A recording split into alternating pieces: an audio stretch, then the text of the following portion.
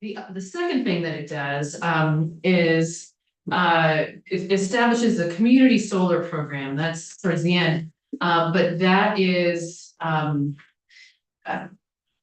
in reference to last year we ended the virtual group net metering that was that existed, but it was ended as a part of the renewable energy standard reform bill.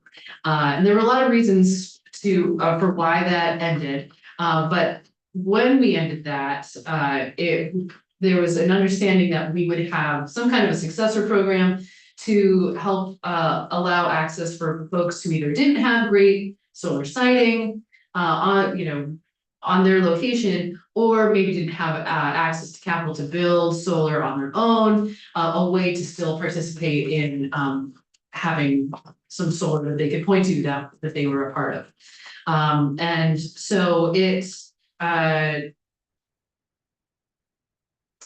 think that's probably all I need to say right now. There was one typo that it's not a typo as much as it's like a vestige of a prior draft. But like that's things became after the fact, it happens. So and I guess one other thing I would say here, there are some new numbers in here that, well, actually let me say other things. The standard offer program, I would say was very successful. And so there's very little that's changed in the language about standard offer program here. So there are some new numbers that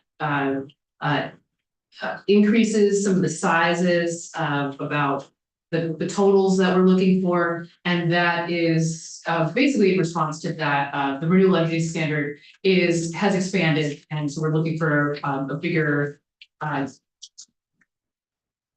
portions here. It's roughly like a third of the rest. So those are opening bids. If those are not the right numbers, open to discussion about that.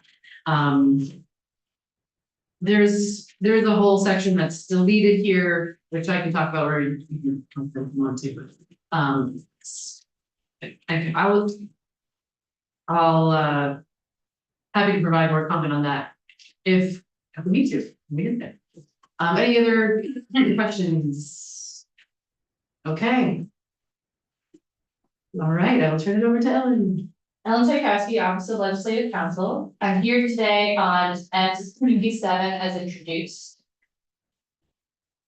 I'm going to walk through the bill, and as you do markup, perhaps things need to change to match the intent that the sponsor just mentioned. I'm not sure it does what you just said. Oh, okay. But okay. Well, we can check it as we go. Okay. Because I think it's slightly different than. Oh, okay. It is reauthorized. It's adding a new allocation for the standard offer program. So it is not changing most of the structure of the existing underlying standard offer program.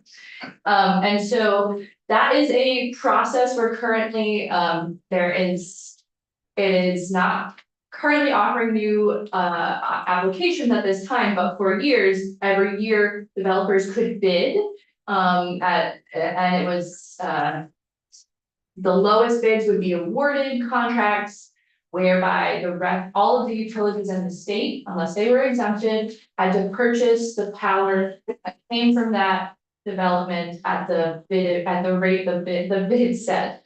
So it did drive prices to have the lowest cost projects bid so that these utilities would then purchase all their power. It did apply to basically every type of renewable energy project. I think you got testimony either from DPS or PUC on the basics of the program. But the awarded yearly allocations have run out, and so this is going to be offering new amounts. So I'll talk about that on page 2. First on page 1 is correcting an old typo, section 219A, down on line 18. That section was repealed and replaced by 8010, that's the net metering statute. And so all the changes I'm about to walk through are in Title 30, 8005A, which is the standard offer program statute. I'm all out of school out here. All right. On to page 2, this is where the substantive changes start. So the cumulative capacity for the program.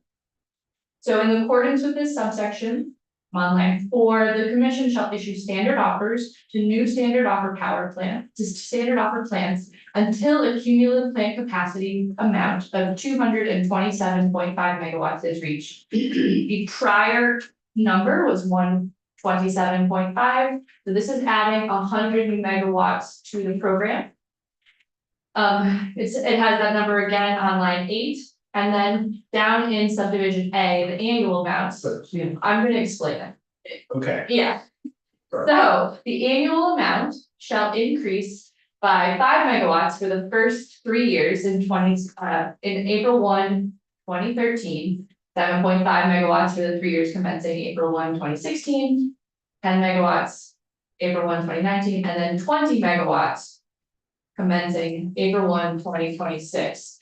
So previously, there was this pot of 127.5 megawatts, and each year there was a block of megawatts released that people could bid on.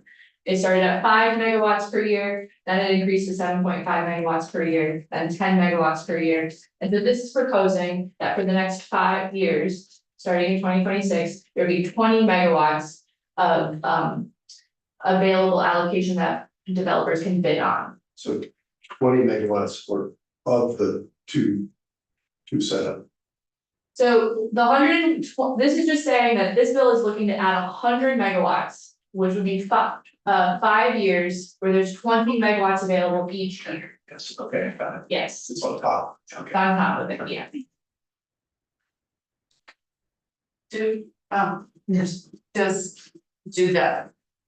This might sound really dumb, like I'm gonna ask this, but do the old megawatts ever expire? Like, do they ever, is there a time limit to them? It's a good question. So what happens every year is that there is this reverse auction that takes place. The developers bid. If they're awarded the contract, they have a set number of years in which they have to construct the project. And if they don't, or if the project, they go bankrupt or what happens, those megawatts that don't actually get constructed and put into the grid, get put back in, and the PUC opens the auction again. Okay, So yes, there is a number of years at which they expire if the developer doesn't use them. okay, and then if they are developed, Mhm. I sort of am vaguely remembering this from past bills we worked on. If they are developed and the plant or whatever that is developed, the thing that creates the megawatts of energy no longer has useful life. What happens then? Like the generator stops generating megawatts After like 20 years or or like, 20 years or 30 years or whatever. I don't. We're not there yet. I don't know the answer to that. This is a program, this tax view is itself, I only took a subset of it, it's like 22 pages long, just this program. There are a lot of details, Yeah. and it is. You should definitely hear from the PUC on how they're administering it, but there are a lot of details to how this program functions. So we're talking about the plan, I have no idea anything about it, so if we're out there and make changes to that. Number one, can the utilities accept anymore? Then we'll, what we're gonna patent out, because I know there's a 0.5, 15 kW project right now, it's holding up because the power company can't accept it. Because their substation needs to be upgraded, so. So those people have probably been sitting with a permit for 2 years. You mean that permit's probably not good anymore? I'm not talking about that type of project. Okay, maybe, So We can ask. all of these, Wow. right, and all of those permits are contingent on them being able to actually have the utility accept the power. The interconnection agreement has to be accepted in order for them to move forward. And so that is built into this program. This is a different program. But that is an aspect that it's contingent on. And so there is a long list of criteria too that the PUC is supposed to look at or be facilitator when they bid. I don't know if it's actually shown in this because this is only a part of the statute. But I do think one of the criteria is looking at geographic diversity, as well as there's an interest in having different size projects and different technologies. That's sort of the overall structure of the program. But these are somewhat slightly larger projects that are then fed into the grid overall, and all of the utilities do pay the rate, and so they're not necessarily being imposed on one individual utility specifically, it's going into the grid generally, and all the utilities pay for it. So one of the specific aspects of this program that has existed previously is on page 2, starting on line 14, there was this, within the program, there were these things called the blocks. So there was a percentage of each year's allocation, some of which were reserved for the provider block. And some were reserved for the independent developer block, so it was, some were reserved for the utilities themselves to construct. And some were reserved, and some was reserved for the independent developers. So this is getting rid of that distinction and not making a clear, percentage reserved for each. It's just saying that moving forward, the pie chart of available megawatts can be bid on by anyone, and none is reserved for either group. Less restrictions. Yeah. Those groups can still bid, but it's not reserving a specific amount for either, and so that language is struck on page 2 into page 3. All right, the next change that is not until page 6. Oh, no, it's so on page 6 into 7, there's a couple of old typos that are fixed. So just on page 8, this is not a substantive change. We just no longer use the phrase no later than, we use on or before. So that's changed. And that's on prior existing statute. And then again, down in subsection G, the proper citation for Act 59 of 2010 is put in there. The editors like to get technical corrections in when we're working on statutes. And so the real, like, the other big part of this bill is at the bottom of page 7. So, yes, on page 7, subsection S, in the drafting, we went back and forth on what to call this section, and so it does currently read solar only allocations, but the text does not match that, so. Notwithstanding any other provisions of this section to the contrary, beginning on April 1, 2026, the PUC shall allocate the new standard offer awards to new solar, wind, and hydroelectric power plants only. Of the annual capacity awards under this subsection, 2 megawatts shall be allocated to community solar projects. As used in this section, community solar project means a solar plant owned by its members or an entity controlled by its members. The commission shall establish a price cap on its projects equal to the price of the highest cost, similarly sized project from the standard offer program from the preceding 12 months. If the annual allocation for community solar is not fully subscribed, the commission shall allocate the unsubscribed capacity to new standard offer plants other than community solar. So, yes. I guess it does, I guess my language did match your description pretty well. Okay, so I was gonna say, I was like listening to it, wait, where did I go wrong? Oh. I think I was thinking of the solar only because we went back and forth about solar only, but Right, yeah. yes. That was the vestige. Yes, Yeah. and so this is saying moving forward, this is attempting to say moving forward, and perhaps some additional clarity could be needed. Of the 20 megawatts that are going to be allocated each year, they will be for new wind, solar, or hydro. And of those 20 megawatts each year, 2 are reserved for community solar projects. Oh, yes, but. I may be having a confusion here, but maybe I'm just mixing up bills that past one body did make it all the way to the finish line or what, but I thought that we had dramatically moved away from community solar. That people were no longer, I'm in St. Johnsburg, there's a solar field in Rutland, big one, and I could purchase a piece of that as a community solar, and I thought that was taken away, but I think I must be misunderstanding something. So in statute, there isn't a definition of community solar, and there are different types of things that have been referred to as community solar. And so the example you were just giving may be limited by a change that was enacted last year. Okay, So virtual net metering was eliminated last year. Virtual net metering, okay. Yes. That's not the same as community solar necessarily. Not necessarily. Okay, that's my confusion. Because there are some, yeah, there are some entities and utilities that structure it different, Okay, and don't necessarily use net metering. Yeah. Net metering really is about, the price that's being paid, and so if, for a solar plant to get the net metering rate, now under the statute, it has to be adjacent to the parcel. yeah, That does limit what some people were calling some types of community solar, but other entities are structuring it differently and not necessarily using net metering rates. got it. Yes, Thank you. it is, and it is a sort of complicated issue that is a little bit nuanced, so I do think you'll want to pay attention to the definition of community solar and how, and make sure it's clear. Okay, thank you. Yeah. So I have similar, so what we eliminated last year was the net metering, but other types of community, so how else? What other way do community solar projects have their prices? Sure, so Just through the standard offer? It could be through standard offer, but so some of them are just owned by the utility. And so they just have the standard rate that the utility bases on what other projects similarly constructed are. Or they have a power purchase agreement.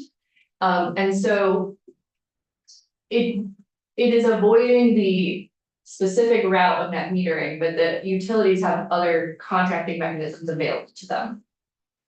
Okay. And I'm not the person who can give you all of those details, but that's how I think that metering is one way to contract for a project. But utilities have other mechanisms available to them. Okay. And really it's because net metering gets the most money for the power. That's why, Usually. Yes, that's why people have been going, that's why it has been attractive for a lot of the community solar type projects, but that's not the only way they can contract for them. Were the ones that were using that metering grandfathered in or no? Yes, it was just, it's prospective moving forward, no more are allowed. Yeah. And it's just virtual net metering, virtual group net metering, meaning that currently, if a group net metering project seeks to be built, it has to be adjacent to where it's going to be used. So located closer to the load, so this eliminates the virtual yes. part of it. Currently or under this? Currently, in last year in Act 179, you eliminated virtual group net metering by requiring new systems as of 2025 to be located adjacent to the parcel where it will be used. So it could be adjacent to apartment building. Yes.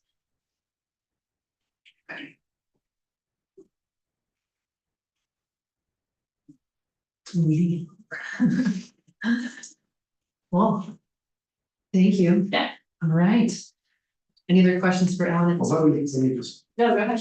choose. We did the, we last year, we provided the adjacent, Mhm. and this doesn't bring back virtual. What does this actually do? So it's providing a specific amount guaranteed for this type of project. All right, got it. So this is, previously under standard offer, this wasn't a category. It could have been potentially granted a standard offer program, but this is creating a new category for them. And this doesn't have any location restrictions. Right, so they'd be getting a standard offer rate and not a group net metering rate. To the other. If they used other pricing mechanisms, does that have the location mechanism required? For group net meter. The group net metering is the only one located required if they used the other types of. Yeah, not necessarily. Okay. Yeah. Good questions. Okay. Yeah, Thank you. it's complicated. There are a lot of details to the standard offer program, so you should definitely hear more about it. Fair enough. Thank you. Okay, all right, so we're gonna have a Mr. Walsh. How are you?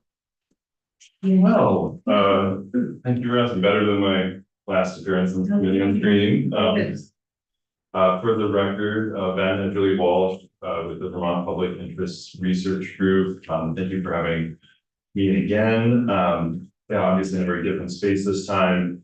So I want to talk a little bit about the background of the standard offer, which is a program that I've been working on since slightly after it's up in, and BPERC certainly was involved in legislation that created it originally.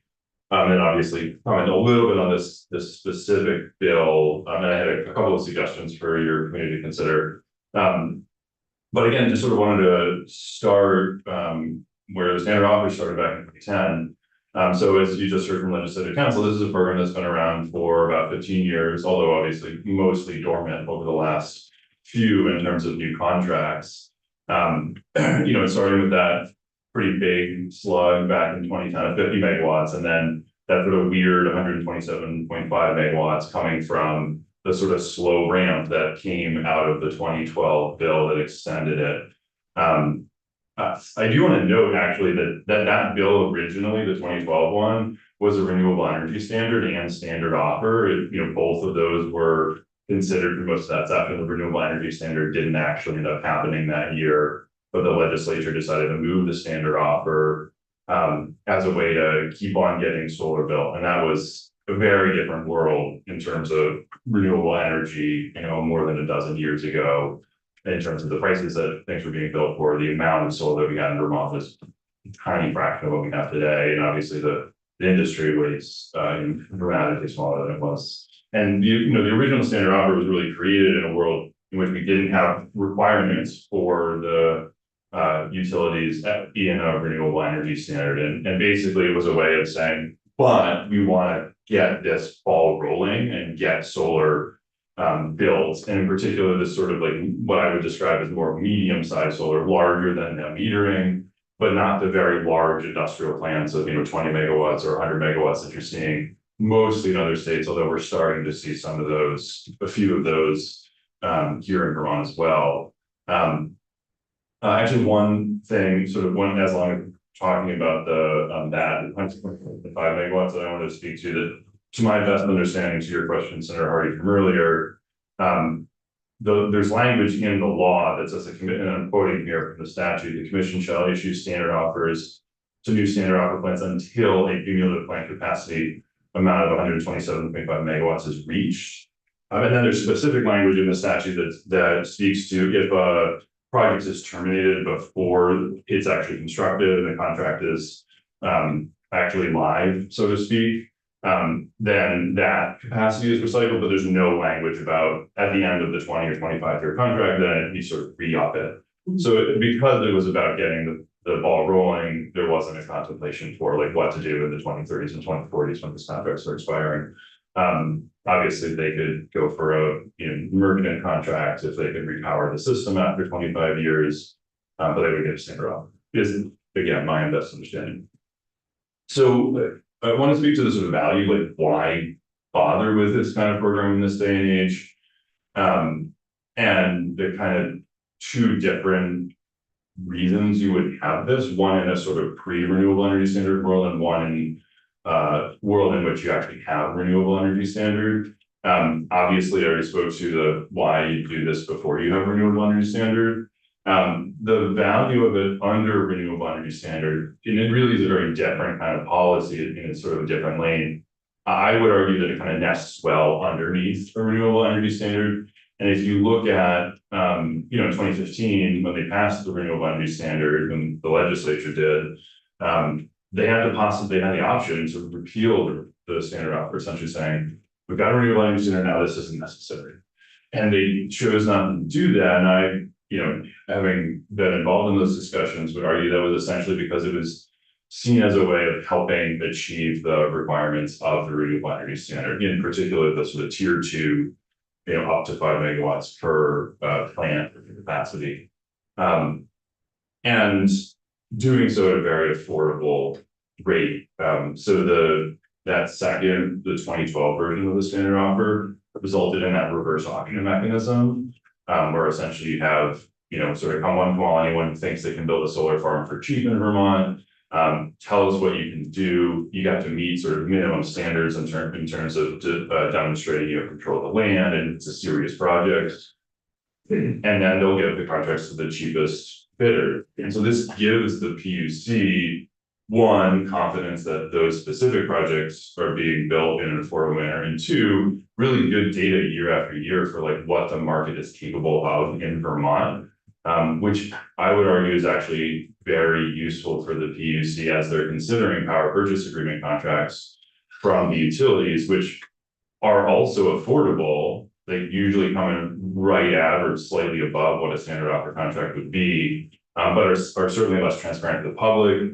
And the PUC has less sort of line of sight into what the bidding process on those is. So the utilities are certainly trying to get the most affordable contracts for their customers, but the standard offer creates a very clear, public, transparent, competitive process on an annual basis that gets individual projects built affordably and good information to the PUC on, what can actually happen in Vermont as they're considering other possibilities. The last thing I'll say, one of the last things I'll say about the connection of this and the renewable energy standard. The 2015 version of the renewable energy standard that obviously got overhauled last year, was you needed around about 25 megawatts of, let's say, solar. It was mostly solar built every year. And that was pretty much entirely achieved through net metering, which at the time of the passage of the renewable energy standard was going at a clip of much faster than 25 megawatts a year. The standard offer, which, as you just heard, bless you, ramps, ran from 5 up to 10 megawatts a year. And so you had certainly utilities putting out power purchase agreement contracts, getting some of these sort of larger mid-sized solar farms built as well. But that was a minority of what was going on. Mostly it was these two legislatively created programs. Now you have a renewable energy standard that in the, like this year, next year, the year after, is probably going to ramp from, maybe 30 megawatts of needed construction up to, into the, 15 neighborhood by the late this decade, maybe probably, I would argue, about 60 megawatts a year. The utilities have more solar than they need under the old renewable energy standard, so they have some banks that they can use against future years. So it'll be sort of a slow ramp in, which was, I think, intentional under last year's renewable energy standard. But as you're going into the later part of this decade, you're looking at not a res that has 25 megawatts that's met entirely through these two programs with PPAs on the side. You've got a renewable energy standard that's going to be in that sort of 50, 60 megawatt a year range. And that metering right now is shrinking. Standard offer's gone. And so you're having maybe 15 to 20 megawatts of net metering, no standard offer, no new standard offer contracts, and then a 60 megawatt bucket you're trying to fill. And so you've got this really big delta that's going to be met by default through utility activity and PPAs in particular. And there's nothing necessarily bad about that, but it is dramatically different than the renewable energy standard and the renewable energy development space that's existed in Vermont for the last decade under the renewable energy standard. And so the point I'm making, sort of getting at here is, from our perspective, there's a real logic in having a mix of ways that you're meeting the renewable energy standard. Having some net metering that's really much smaller, driven by individual Vermonters and Vermont businesses, some utility PPA activity, probably a significant amount, dramatically more than we've seen in the past. And again, that's going to be mostly larger solar projects that are pretty affordable. And then some going through something like this standard offer program, which again, because of the reverse auction mechanism, guarantees a very low price for Vermont ratepayers and gets good information in the hands of the PUC as they're vetting the rest of the renewable energy development going on in Vermont. I want to shift into talking a little bit about the specifics of the changes in the bill from the old standard offer contracts, standard offer law. Sorry, I'm just checking my notes, making sure I wasn't missing any sort of those other points. Oh, let me start by talking a little bit about, actually, let me just not touch on one thing briefly on the provider block. And then get into community solar, before sharing a couple more sort of granular thoughts. So the provider block, and that's the part of the standard offer that historically was built by the electric utilities.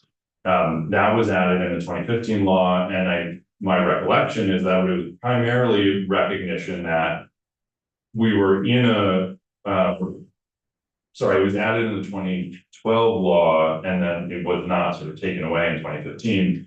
And that was an understanding that in 2012, there was no requirement for utilities to provide renewable energy projects to their customers with, RECs retired as the renewable energy standard would require. And so if the state was going to create this program that was going to get a lot of solar built, utilities should be part of getting solar built. Makes all the sense in the world. Still under the res in 2015, again, really not a lot of activity outside of under tier 2, outside of what was going to be going through net metering and standard offer. So it still made a lot of sense from our perspective to have some portion of that going to utilities. Now we're in this world where, again, we're going to be headed towards that sort of 60 plus megawatts a year.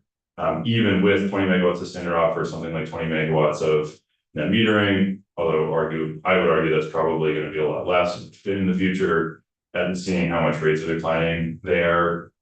You still got 20, maybe 30 megawatts the utilities are going to be building through PPAs of their own accord. And so there's not really a need for a carve out in a standard offer for the utilities to be able to build some of it, because they're going to be doing a whole load of that themselves. Okay, so the community solar piece. So we supported last year the elimination of virtual net metering. We did it not happily. That was a program that we were very excited about when it was sort of initially authorized. Thought it had a lot of opportunity to really benefit low and moderate income homeowners, renters, people who otherwise might have a hard time going solar. It never really fully lived up to its opportunity. That's a much longer story. But essentially it was included in the renewable energy standard last year, the cost control mechanism, because those projects are getting net metering rates, which are in the teens per kilowatt hour, and much more expensive than a standard offer project or a sort of, going out of the market and buying the cheapest solar you can build kind of thing. And so, Can I have a clarifying question on that? They're more expensive to whom? to the utilities and by extension ratepayers. So net metering is a program that has rates fixed per kilowatt hour by the Public Utility Commission under Act 99 of 2014. And so essentially, however much it costs you to build a solar array under net metering, you get a set rate that ahead of time. And so it's by extension sort of more expensive for everyone involved. But isn't it cheaper for the ratepayer because they are only paying for the net of the energy? They're using the energy that they generate and then only paying for the other part of it. So they're basically getting the energy they generate for cheaper. So in the net, isn't it cheaper for them? Are you talking about the ratepayer that is developed, like building the solar? Yeah. Yes, it's a net metering is a system that was created to make sure that the economics work for individual homeowners, businesses trying to get solar built for themselves. So they get to offset a lot of their electric bill if they have excess power that they're not using on site, then that gets exported to utility and you get a set rate per kilowatt. That's why I asked for whom, because it's overall, it's perhaps more expensive, but to the people who are doing the net metering, their electric bills go down. Yes, that's absolutely right. That is a feature of the program that is its intent. And that is what it accomplishes. The balancing act there is how much of that, you could say, if we need 60 megawatts of solar for the renewable energy standard, let's do 60 megawatts of net metering. That's a way that could be achieved. That would be more expensive in the aggregate than having a mix of other. Right, it's more expensive in the aggregate, but it's cheaper for the people yes. who are doing the net metering. Okay, That's absolutely. I think it's an important distinction. It absolutely, no, that's absolutely right, and actually, I think it goes well into the next point, and I do wanna wrap this, you've got another witness who has a lot of light to shine on this as well. The kind of community solar that this would be enabling would be larger systems, presumably, because the standard offer can go, the largest standard offer projects can be much larger than the largest group net metering. 2.2 megawatts under current standard and this current bill versus 500 kilowatts, so about 4 times larger, a bit more than 4 times larger. And so that means those projects could get built for cheaper, and so could deliver a similar level of benefits to the people building them for a lower price for Vermont ratepayers as a whole. The other piece of this is it's just a little bit of a different program. You're not getting bill credit, you're not offsetting your own load. You're essentially investing as a Vermont community solar member, if someone were to build it under this construct, in a solar array, and like any other developer, you'd get a check for that. You'd still pay your electric bill, and separately, you would make money because you helped get a solar farm built in Vermont. The way that it's constructed here, and now I'm transitioning into one small change that, well, you can argue whether it's small or not. I want to speak to language on page 7, lines 15 to 17. So this is this section that talks about allowing that community solar construct, and then talks about price cap. And I want to speak to how those two interact. And page 7, the whole sort of section that includes community solar starts on line 13, and then there's a price cap described on line 15 to 17. Okay.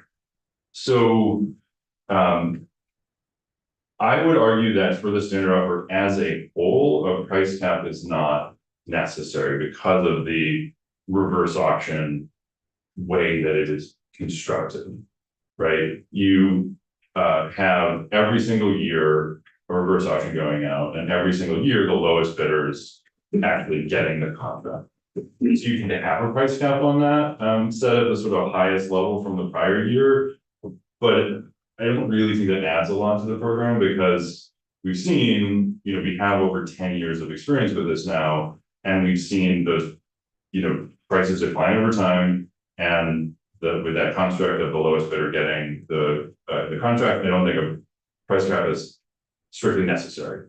I do think for the community solar section that makes sense, and the reason is, one, I think you're likely to get fewer community solar projects bid in. It's 2 megawatts of the 20, so it's obviously a smaller corner. You wouldn't have the largest possible arrays being built, so maybe they'd be slightly more expensive because of that.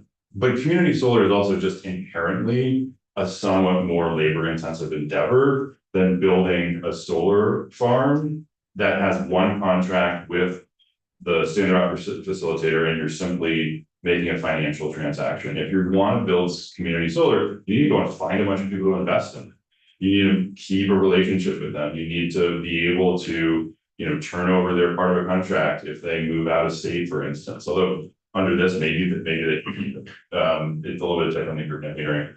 The point is, if you have 1 or 2 or 3 community solar projects being proposed, probably they're going to come in at a slightly higher rate than the other projects bidding for standard offer contracts, because of the economics of community solar. There's also going to probably be less competition in that tranche, because it's just much harder to sort of like put together financing for a project like that.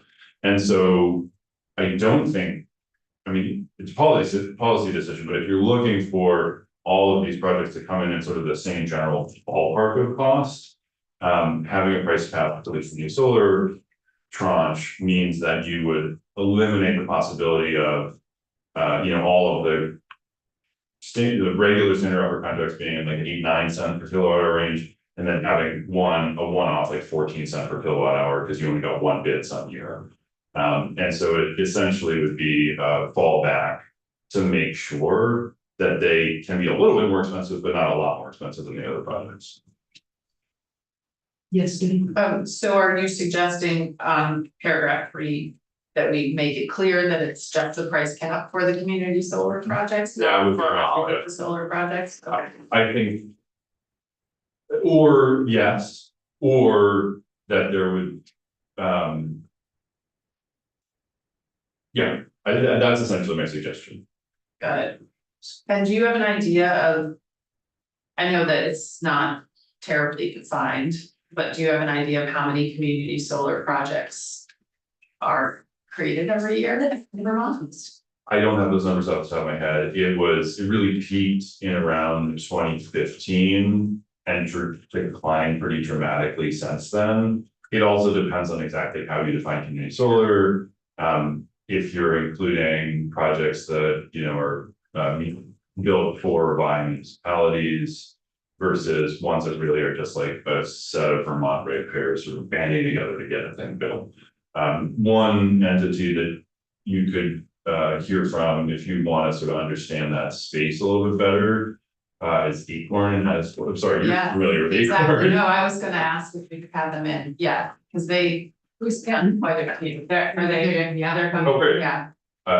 Yeah, and they've really figured out the model of like, of that, a whole bunch of individual ratepayers banding together and getting a thing built. And they were not happy about the legislation last Yes. year. I'm aware, I've spoken with some of them, and again, there were trade-offs there, but in the aggregate, we supported that because it did put downward pressure on rates in the renewable energy center bill. Okay, I am honestly almost done here. We have another question. Oh, yeah. We have that testimony, on our website. This testimony? No, this is outline that you would not make a lot of sense. I can try to turn it into a written testimony to share with you. And I can aim to do that for my testimony last week on the efficiency utility bill as well. Another question. I'm having trouble understanding the downside of having a cap. It's not necessarily. I don't think it's the worst thing in the world having a cap. I think that, it could potentially have unintended consequences if, for instance, hypothetically, there were significant tariffs on aluminum and steel, or, solar panels from every other part of the world. We're ramping up solar construction capacity, manufacturing in the United States. But it's still a minority of the construction, that's really needed.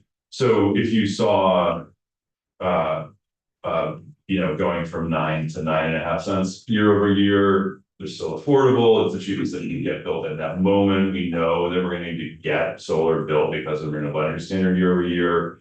But then you end up essentially closing the door on a year or two worth of standard offer projects. If you have it only for the community solar piece, it provides the benefit that I described earlier. It would risk not having community solar be viable under the program for a year or two in that kind of hypothetical.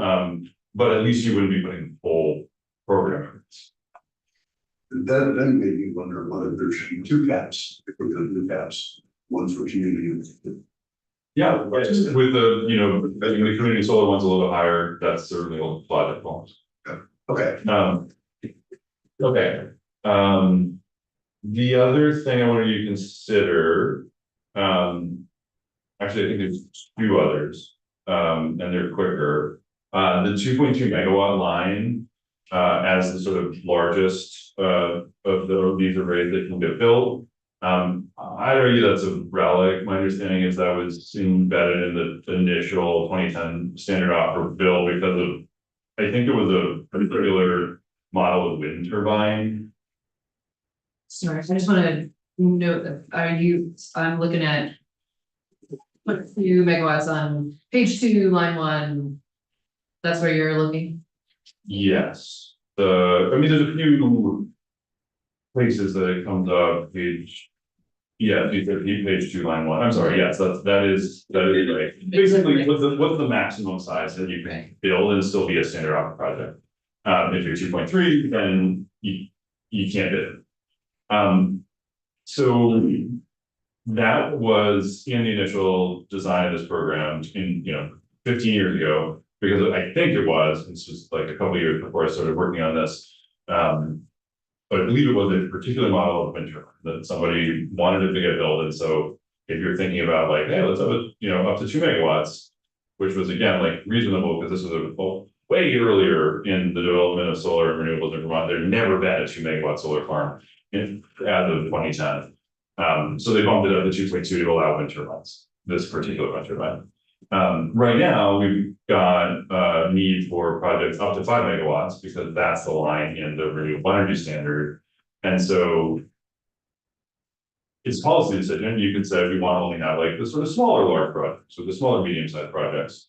But I think there's a logic in aligning with that 5 megawatt line, probably some efficiency of scale and slightly lower rates for the project being bid in.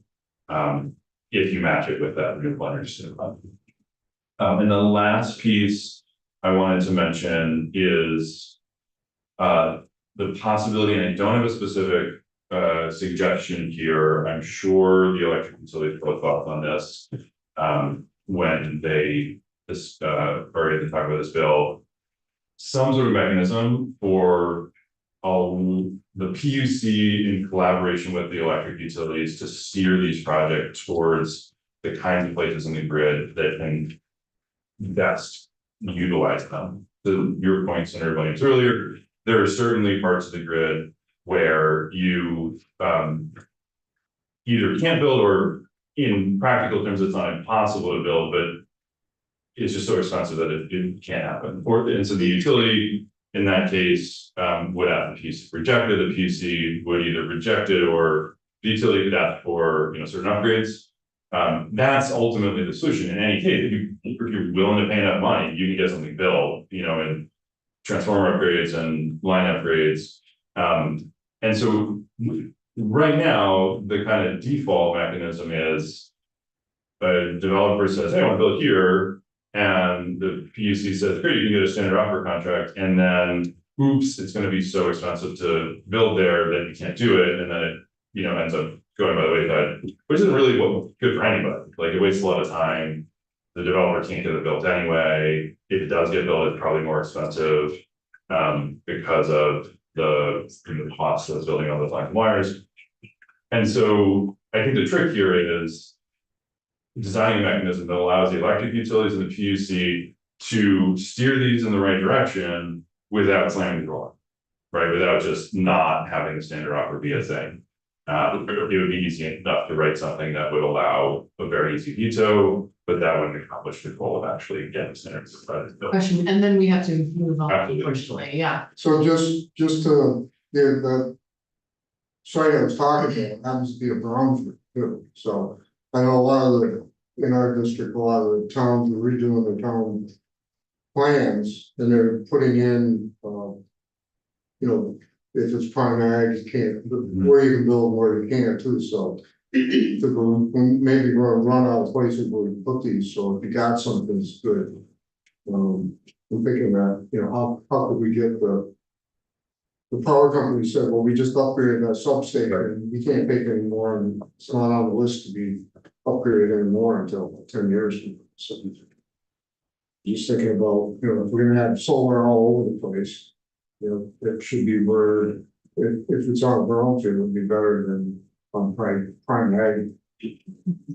I don't intend to talk about it right now, but I will say we're very sort of that sort of preferred location construct and supported in 2016 a pilot program and a standard offer to just sort of steer things in that direction. The tension is those are almost always more expensive to build on. I'd be happy to come back and talk about that or have a second conversation.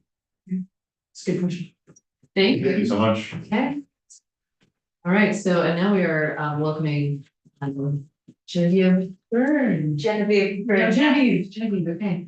Hi. Professor. Thank you so much for having me. Thanks. In the interest of time, maybe we'll just use paper copies, okay? Sure. But they can go on it's on the website. Oh, okay. You do a quick round of introductions, maybe? Have these? Sure. Sure. Senator, would you? Oh, I'm sorry, I'm Senator Ruth Hardy from the Addison District. And Senator Terry Williams, welcome district. Watson, Washington districts. So I'll work in the 17th district. Scott back, Thank you so much. I'm so excited to be here and I was happy to come in person. Way back in 2011, I was a clerk with Legislative Counsel for Aaron Adler and spent a lot of time in this room. So it's really fun to be kind of back in this room today. So thank you for inviting me, to speak on S57. I just want to give you a little bit of background and on who I am and why we care about this bill.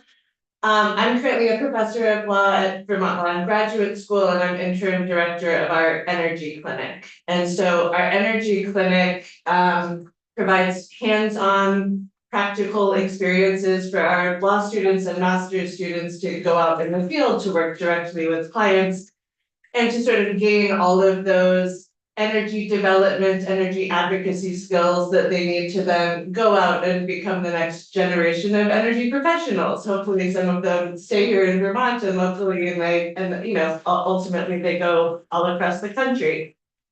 Our very first project back in 2014 was a 500 kilowatt group net metered solar array. So technically a community solar array that offsets about half of the school's electric consumption. That's out in Royalton, on a piece of kind of marginal ag land that wasn't being used, but is now being used for sheep grazing in coordination with energy production. Our clinic is really focused on community solar because it gives students an opportunity to go out and do community engagement, community education, issue an RFP on behalf of the community, potentially do business formation, negotiate with the utilities, go through all of the different, contracting issues, go through the net metering programs and figure out what rates are going to be available.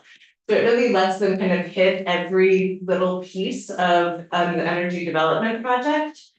And we have about 30 students come through the clinic every year and they do at least 100 hours each of pro bono community sort of client facing service.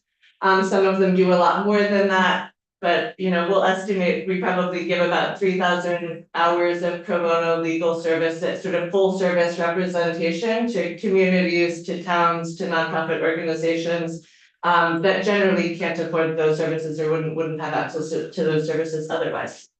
I will say that particularly in the last few years, a lot of those service hours are headed to New Hampshire. There's a much more favorable landscape for community solar in New Hampshire, and particularly for low moderate income solar in New Hampshire. And so one of the things that excites me about this bill is bringing back some of those opportunities for Vermont and to bring our students back to working in Vermont. I'm flipping to page 2, the new RES Tier 2, the renewable energy standard that was passed last year, I think that's good for Vermont, right? It doubles the amount of in-state new renewable energy that utilities are required to procure from 10% of the energy standard up to 20%. And again, as Ben mentioned, for projects up to 5 megawatts. However, as you've heard, Act 179 was bad for community solar. It eliminated virtual group, and group net metering for all participants except affordable housing, without establishing a replacement program. So, Can I ask? yeah, So what was the carve out for affordable housing? so affordable housing can still do virtual net metering for another year. Only for another. Only for another year, and then there is no avenue for anyone. Okay. So the reasoning for that, as you've heard, was sort of the cost of those projects under the net metering program. But right now, we have left out, low moderate income Vermonters that are not living in affordable housing, which is plenty of them. And a lot of entities that you might not think of as traditional community solar, but are the entities we work with most frequently. So towns, schools, nonprofit organizations that have multiple locations. Sometimes you are group net metering with yourself because you have multiple meters across multiple parcels, in a town or on a farm where you have multiple, and they may not be, adjacent to one another, even though they're all really in close proximity to one another, and it sort of makes sense to allow them to be a group, and build energy. For example, where you might see in the newspaper, energy clinic developing, an array for the town of Tunbridge to offset the town's electric bills. We got that application in just under the line in December. We can't do this project today, even though we now have towns reaching out to us because they're seeing it in the paper, hey, we'd love to do that. Right now we can't say yes to that project. How is this, So no, you go ahead, yeah, that's a good question. how is this a group net metering project? Is it the net metering with yourself kind of It's the net concept? metering So with it's like yourself. Yes. they're So like. they have the town multiple garage, towns, they yeah. have the municipal buildings, that, they have. Most towns have multiple municipal buildings that are all, the electricity is paid for by the town, but that has to become a group. To participate in. So weird, I mean, can't we just define that? I mean, that just seems like we could. Can't we? I mean, because that just seems, that's not, I mean, I think of it as the sort of acorn projects, probably because I'm from Addison County and that's what I've known net metering to be, or to community solar to be. But like that's just like the town, I don't know, that seems weird to me, since like you should be able to But fix right that. now it doesn't qualify, right? And so these new community solar projects under, under standard offer. I can imagine multiple towns coming together and investing in a single larger array and then sharing the profits of that. And it's really just a brand new model for community solar that I think might actually bring some flexibility, to this kind of project. I just wanna reiterate, I think community solar is a really important tool, access for low income customers, renters, residents that don't have a good solar site. And for those sort of non-traditional community entities that I was just talking about, things like towns and farms and nonprofits that might have multiple spots. Community solar doesn't have to be net metered, right? This was the issue with canceling virtual net metering. This standard offer community solar really tests a new model for how to compensate these projects in Vermont. The standard offer framework, gives us an avenue for community solar and protects ratepayers at the same time with this, reverse auction that is gonna contain costs. Should try to move through this quickly. I'm gonna flip. Ultimately, even outside of community solar, so putting community solar aside, I think this bill makes tier 2 compliance better for Vermonters across the board. When the utility issues, an RFP for a power purchase agreement. Anybody can bid on that, could be bigger out-of-state developers that work in multiple states, and there's often a really short window to respond to the RFP. And so when developers, especially smaller developers or in-state developers, don't know that RFP is coming, they may not have the capacity to respond to it within a month, right? So having these kind of annual procurement programs where I can know a year in advance that I'm gonna be able to, pitch a project and put all of the pieces of that project together and work out the finances for my company and know what I'm gonna bid. Having that advance notice makes all the difference for these kind of smaller developers to participate in standard offer. The bidding increases competition, right? The utilities are free to go out and negotiate a power purchase agreement, with a single entity, but requiring competitive bidding really shows us what the market can do. I also think this, having this kind of project in Vermont, particularly community-owned community solar versus developer-owned community solar, promotes energy security in Vermont, and it's building blocks for community resilience, right? Later, we can add storage to that project. Later, we could add a microgrid to that project. Later, we can have, in an extreme weather event, if we actually protect a community with generation, storage, and microgridding all together, which is easier when we have town-owned projects, community-owned projects. I'm gonna flip. Thinking about prices, historically, the standard offer is much lower than net metering and is coming in lower than the utility negotiated power purchase agreements.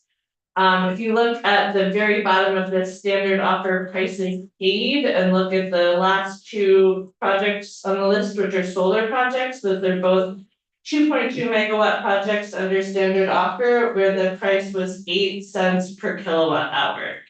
8 cents per kilowatt hour is one of the cheapest prices you're gonna get for renewable energy in New England. If you turn to the next page, I pulled the wholesale price off of ISO New England last night. Last night, if you're buying wholesale energy, in Vermont, the price was $122 a megawatt hour. We do the math, that's 12 cents a kilowatt hour, right? Significantly up, even the wholesale price significantly higher than the standard offer price of 8 that we established earlier under standard offer. Even higher rate. Even higher rate.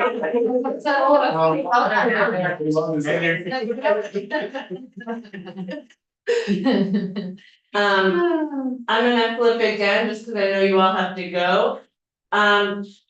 This is an example from Connecticut. This is the Connecticut Non-Residential Renewable Energy Solutions Program. Very similar, procurement of energy and renewable energy certificates from zero and low emission projects up to 5 megawatts. This was their successor program for virtual net metering in Connecticut for non-residential customers. They've done it a little bit differently, and I can give you a few things to consider. They split their program into categories. So they have a category for super small projects under 200 kilowatts, medium projects, 200 kilowatts to 1 megawatt, and then larger projects 1 to 5 megawatts. And they set a separate price cap for each of those categories, so sort of acknowledging that it is more expensive to build smaller projects.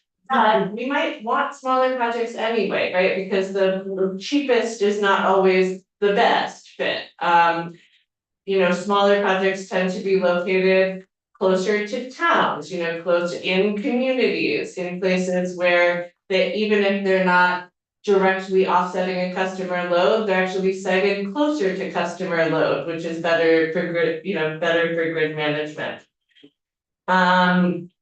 Looking at these prices, just again to compare to Vermont standard offer, even for their large projects, these prices are in megawatts. So we're going to convert them to kilowatt hours. You get about 14.5 cents even for those large projects. Connecticut's a different market, but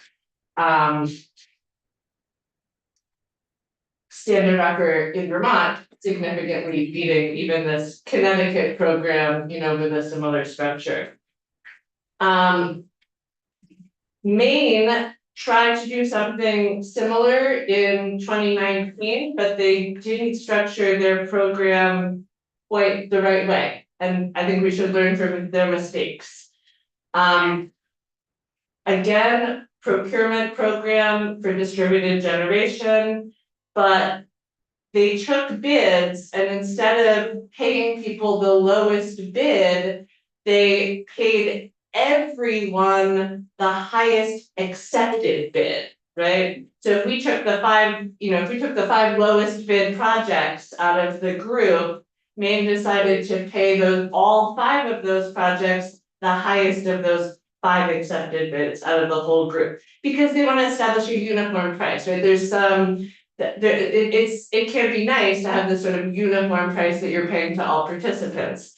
But, they ended, the bids were really not competitive, they ended up with a 19 cents per kilowatt hour as their clearing price, and they ended up throwing out the program, right? That it was too expensive.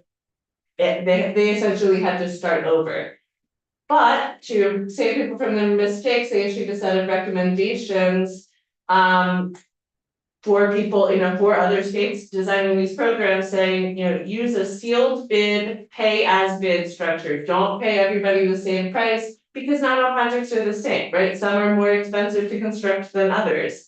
So if you can, build a project at the lowest price, great, let's pay you that price, and let's not share those bids far and wide so that we sort of protect that competition.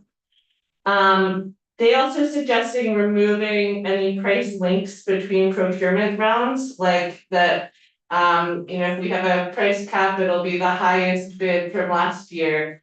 That's something you can think about. I think the bids from prior years do can like set a price, a reasonable price for the market or an idea for the price cap, without necessarily needing them to be directly linked. Again, just touching on future resilience, we want energy generation in Vermont because it's energy generation infrastructure that we can use into the future, right? And we can layer policy on top of. I would love to see these projects generating renewables that are then going into storage. Getting a robust distribution grid that when we have extreme weather events, we have towns that have generation, that have storage, that have microgridding, that can have a community center that is open to, citizens and residents of Vermont in an emergency where they have power and access to services. Last page, I just, wanna put this a complicated chart, you can maybe look at it later, but we still import 66% of our electricity from out of state, from Hydro-Quebec, from the wholesale market, from other out of state sources.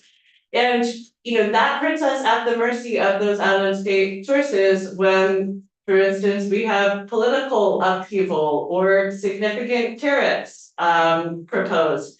The lowest cost is not always the most stable cost.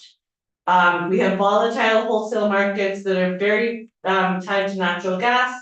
And even these long-term contracts, with Hydro-Quebec, where we're getting this great cheap price for electricity, all of a sudden we might be facing 25% price increases. That won't happen when we're doing 20-year contracts for standard offer projects right here in Vermont. And I'll stop right there. You're so good. No, I know those bells from. Thank you. My email, my contact information is on the back, and I'd be happy to, come back and talk about this more if it's helpful. Thank you so much. That was great, so helpful. Any questions in the just couple minutes we probably have? No, that was really helpful. Okay, great. Yeah. Thank you. Yeah, for sure. Well, it was lovely to